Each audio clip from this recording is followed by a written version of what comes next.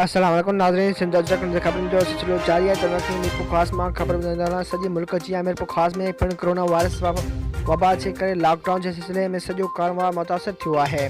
3 महीननि खां वधीक अरसे दौरान मुल्क में हलंदड़ ट्रेनुनि खे पिणु बंदि कयो वियो, जॾहिं त कराची, हैदराबाद ऐं मीरपुर ख़ासि विच में हलंदड़ मुसाफ़िर ट्रेनूं मेरान एक्सप्रेस, शाह अब्दुल लतीफ़ एक्सप्रेस, मारवी एक्सप्रेस पिणु बंदि कयूं वियूं, जंहिंसां मुसाफ़िर खे सख़्तु परेशानी सां मुंहुं ॾियणो पइजी रहियो आहे। मजबूरी वारी हालत में निहायती ॻुरे अघनि ते गैर महफ़ूज़ ज़रियनि ते सफ़र करण लाइ मजबूर आहिनि। वफ़ाक़ी वज़ीर रेलवे शेख रशीद जे ऐलान खां पोइ सॼे मुल्क में केतिरियूं ट्रेनूं हलंदड़ आहिनि, मगर रेलवे अमलदार मीरपुर ख़ासि डिवीज़न जे अवाम लाइ ट्रेन सर्विस बहाल न करे सघिया आहिनि।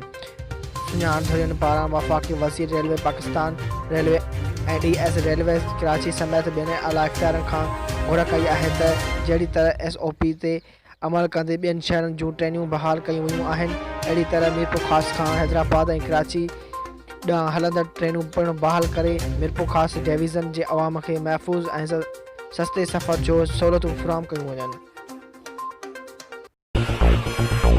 वधीक ख़बरूं ॾिसण लाइ विज़िट कंदा असांजी वेबसाइट www.sindhajraknews.com।